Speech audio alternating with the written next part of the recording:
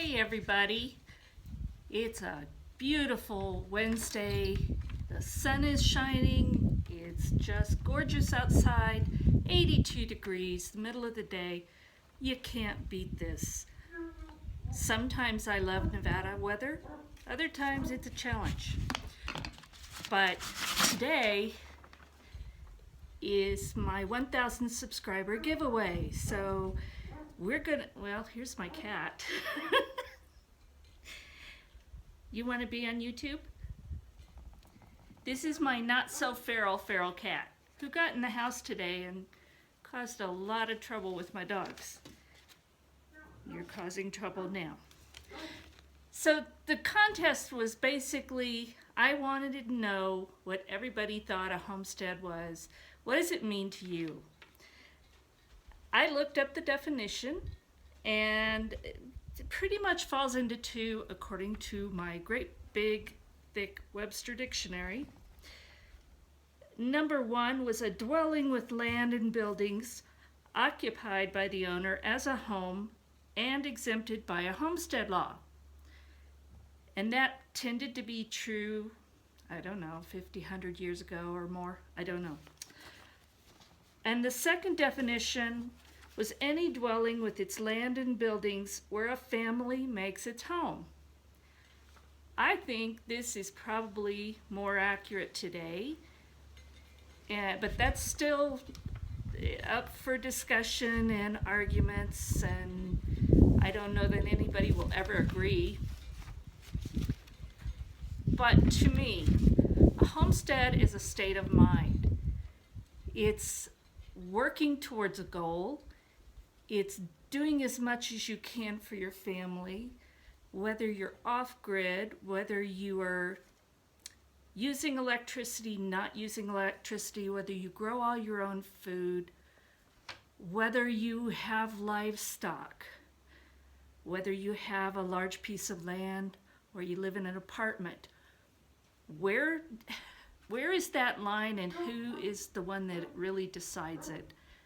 And I really think it's got to be inside our own self. Everybody has to decide that for themselves. Some of the common answers to that question were self-sufficiency. That was pretty much in most of them. Property size wasn't really defined. Family and teaching the next generation how to work and appreciate this way of life was in a lot of the answers. It could include livestock and gardening, and usually it's learning new skills. There were some other things, and there were different levels for everyone, but those pretty much were common throughout. Now let's look at what homesteaders were. Homesteaders, traditionally, they brought their equipment and supplies with them. They had to start with something. They bartered a lot. They bartered for what they could not grow themselves. Wheat for flour, sugar, salt, so many things. And most homesteaders could only do some of the things. They might have meat, but maybe they didn't garden, or maybe they gardened but they didn't have a lot of livestock. They may not have had cows or chickens or goats or pigs or whatever. They also bartered their services. There's always going to be that need for a little bit extra cash, and so a lot of them would do some kind of work in exchange for what they needed, or something to trade for what they needed. And one thing that was very common, and I'm very fortunate to have it today, is they depended on community, especially during difficult times. If there was sickness or any kind of disaster, they had to be a community because no one could do it on their own. We'd like to think so, but honestly, I just don't think that that is realistic. My mother's family, my grandmother's family growing up, were sharecroppers. And I believe that they grew cotton for the owners of the property. They were able to garden and raise some of their own vegetables and chickens and that kind of thing, but they didn't own their land. Did that make them homesteaders? I don't know. In my opinion, they did the work. They weren't able to own the land. They had a big family and they all contributed.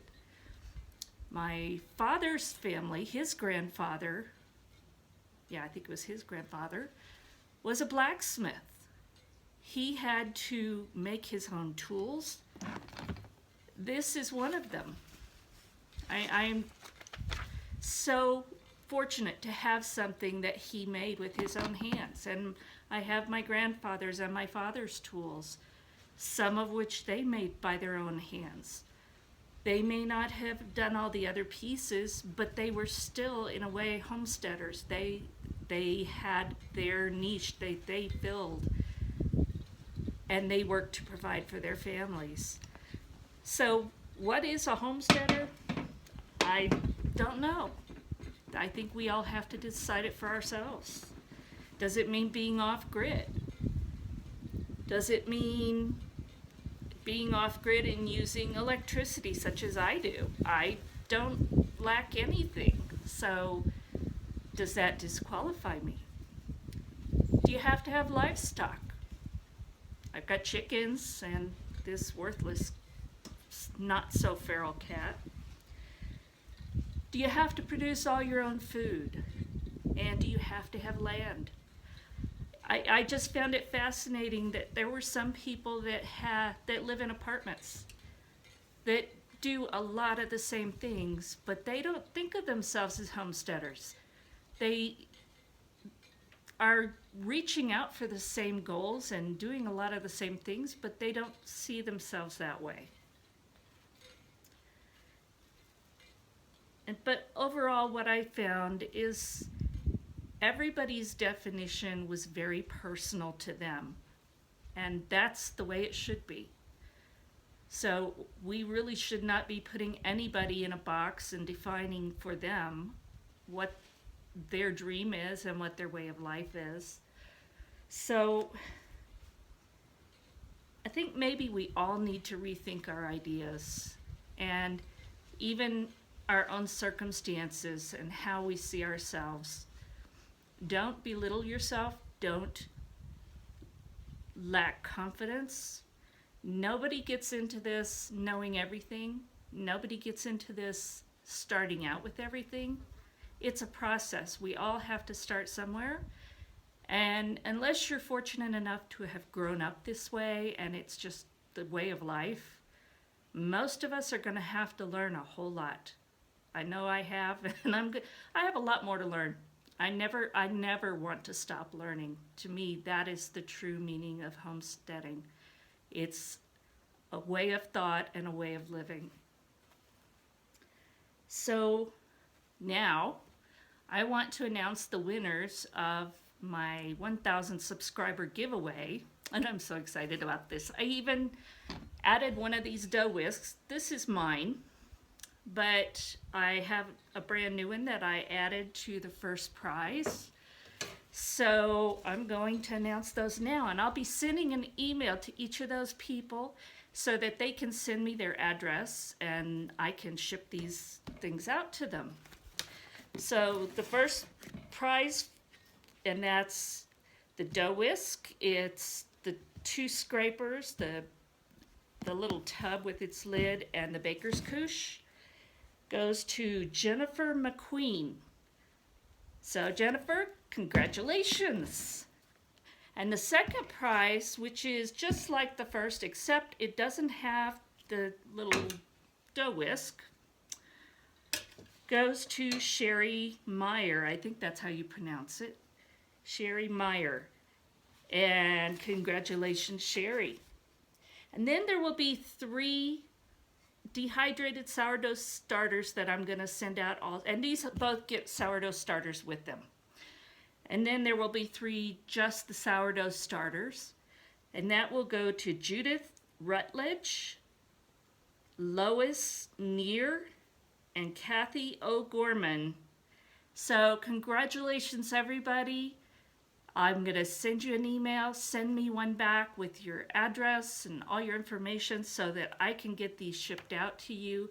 And thank you, everyone, for participating. Thank you for encouraging me. And just thank you for helping me to reach this level. And I look forward to just doing so much more with you and for you. So thank you and congratulations, everyone. I will be back hopefully in a few days. We'll see when I get my next video prepared. I'm going to try and have one once a week.